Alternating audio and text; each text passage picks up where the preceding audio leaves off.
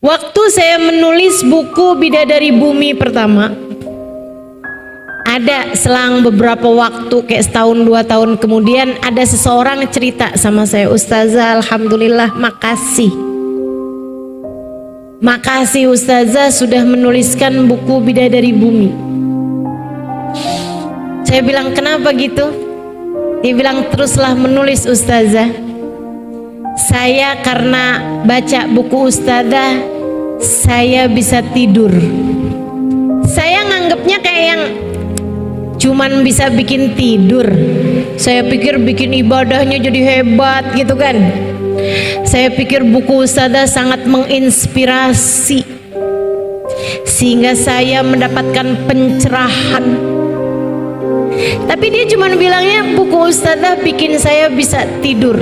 Saya bilang, "Oh Ustazah jangan salah, saya nggak bisa tidur 15 tahun lamanya." Saya bilang, "Kenapa gitu?" Dia pun mulai bercerita. Dia bilang, "Saya Ustazah waktu itu 15 tahun lalu, seorang istri dengan 2 orang anak dan seorang suami yang bekerja dengan mapan di sebuah perusahaan yang terkemuka di Jakarta." Dia bilang, "Kami udah punya rumah di sebuah komplek, mapan lah secara duniawi, anak 2 lucu-lucu, yang 1 masih merangkang." Dia bilang, "Satu malam saya ada diundang pesta sama salah satu kawan saya. Saya bilang sama suami saya malam ini mau pergi pesta." Suami saya kayak keberatan gitu. Saya bilang, "Kamu jangan egois jadi orang. Kadang-kadang kamu kalau mau pergi sama teman-teman kamu saya izinin, kenapa giliran saya yang mau jalan kamu malah nggak bolehin gitu. Pokoknya saya mau pergi, jangan gitu jadi orang egois begitu, nggak boleh." Dia bilang, saya pun pergi dengan sepertinya suami yang sedang keberatan sama saya.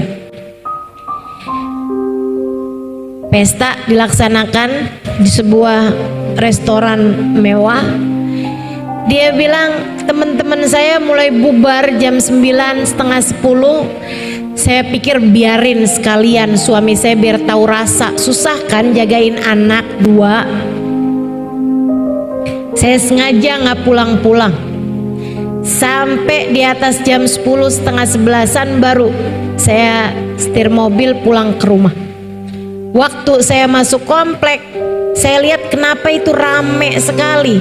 Ada mobil pemadam kebakaran berjejer-jejer. Saya panik. Saya pikir siapa yang rumahnya kebakaran, dan saya pingsan ketika saya menemukan ternyata yang kebakaran, hangus, kebakar semuanya adalah rumah kami. Saya pingsan, bangun-bangun saya di rumah sakit. Ketika saya sadarkan diri, saya berharap agar saya pingsan kembali tanpa pernah terbangun lagi.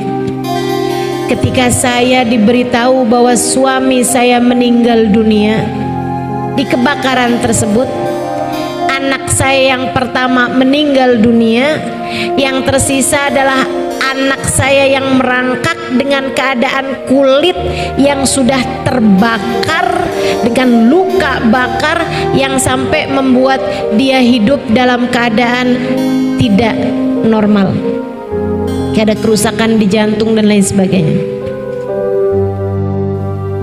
Dia bilang, sejak hari itu saya tak henti mengutuki diri. Saya selalu merasa bersalah, dihantui perasaan-perasaan yang tidak menyenangkan bertahun-tahun lamanya. Kami akhirnya memutuskan untuk pindah, saya dengan anak saya, di sebuah apartemen. Saya tidak bergaul dengan orang-orang. Dia bilang, anak saya sekarang Ustazah udah di usia 15-an tahun. Dia cantik sebenarnya, tapi memang kulitnya banyak kena luka-luka bakar itu. Dan juga anak saya tidak pasti apa yang dia maksudkan dengan tidak normal ya. Mungkin kayak bagian dalamnya atau apa. Tapi dia bilang secara kecerdasan anak saya ini Ustazah bahkan di atas rata-rata orang pada umumnya.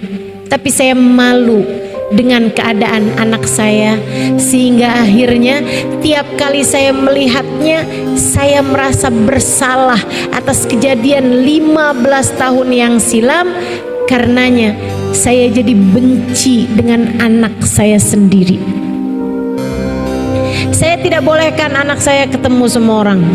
Dia sekolah homeschooling, gak punya temen, temennya di dunia maya saja.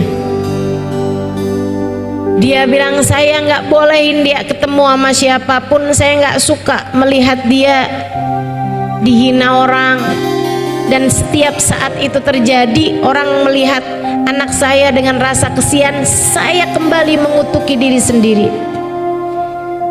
Saya setiap hari bekerja dan saya benci dengan musim liburan,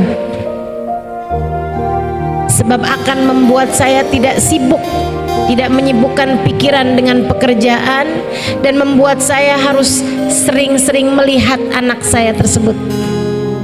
Bilang anak saya sering WhatsApp saya, sering kirim SMS waktu itu ya. Dia bilang, mama jangan lupa makan. Mama udah makan hari ini. Anak saya baik sekali Ustazah, tapi saya tak henti-henti membencinya. Dia bilang sampai satu hari, beberapa hari yang lalu, saya pulang seperti biasa. Ustazah jangan salah, dia bilang, saya sholat nggak pernah tinggal. Ustazah jangan salah, saya pergi haji, saya pergi umroh, saya pergi majelis taklim, dan saya juga jadi pasien psikolog juga, jadi klien psikolog.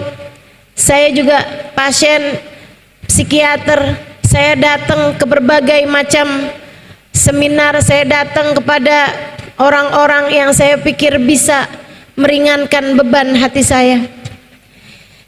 Dia bilang tapi itu semuanya tidak ada, atau belum, tepatnya belum ada yang berhasil buat saya. Dia bilang sampai satu hari saya pulang di larut malam, habis kerja sengaja, tar deh tunggu biar nggak macet. Saya pulang malam hari, dan juga tunggu biar anak saya tuh kayak udah tidur gitu. Jadi saya nggak harus lama-lama ngobrol sama anak saya.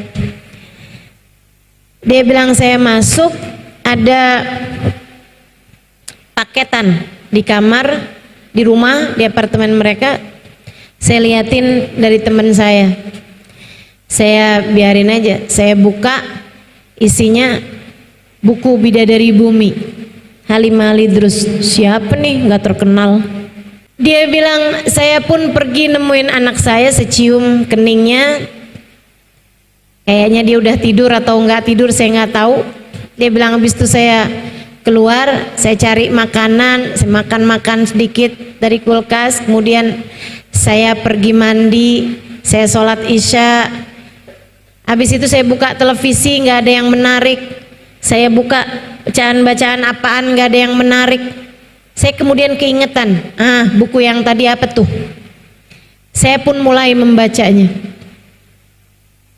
Dia bilang halaman 1, 2, 3, sampai dicerita wanita di bis. Mungkin kalau teman-teman pernah baca buku Bidadari Bumi, tahu cerita tersebut. Saya menceritakan tentang seorang perempuan yang naik bis barengan sama saya, kami hanya berdua.